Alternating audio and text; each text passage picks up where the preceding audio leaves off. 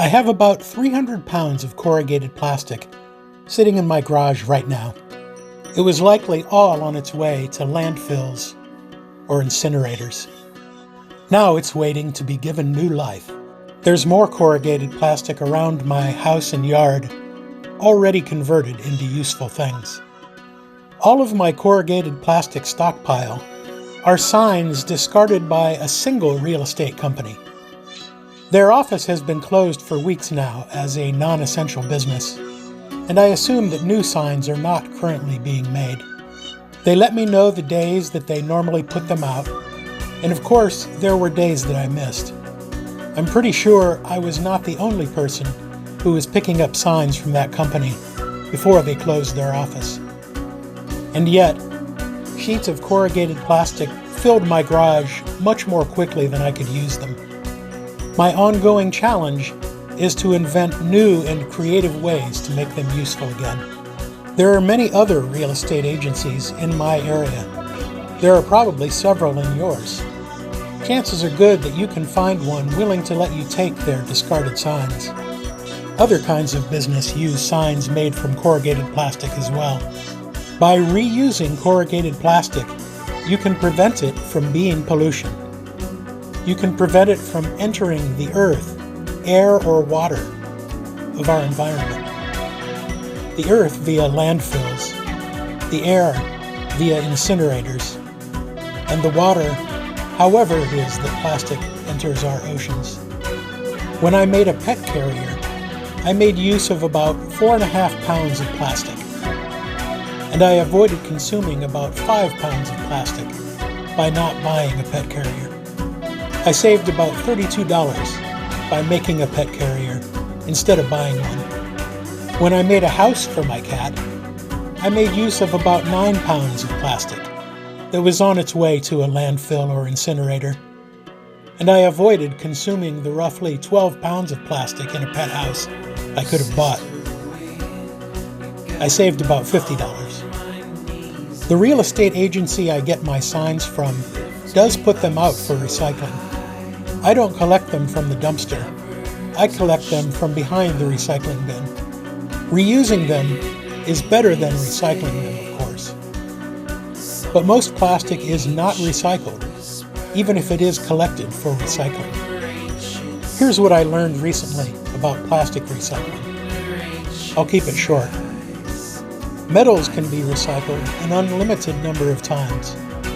There's no limit to the number of times they can be melted down and used to make more metal items. Glass can be recycled indefinitely as well. Paper gets harder to recycle each time that it is recycled. Printer paper can be recycled about 5 to 7 times before the fibers become too short to make more printer paper.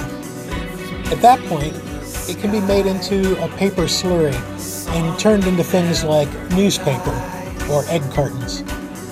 Plastic can be recycled once or twice.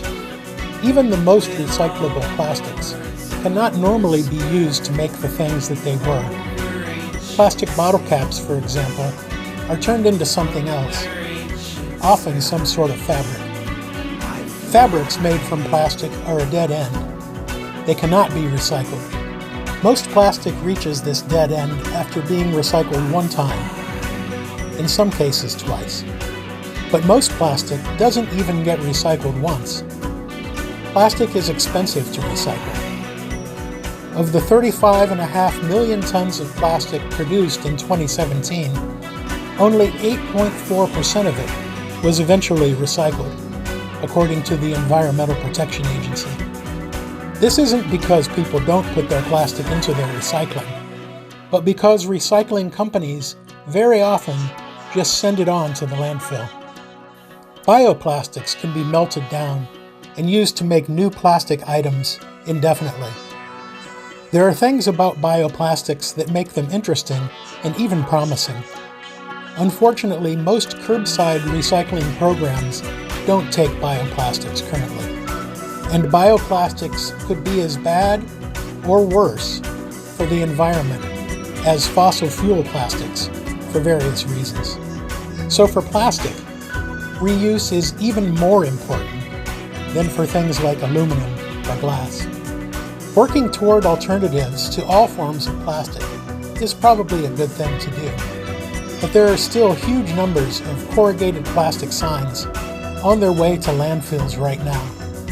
Even if plastic were banned today, the number of signs still hanging is huge, and the vast majority would make their way to those landfills or incinerators.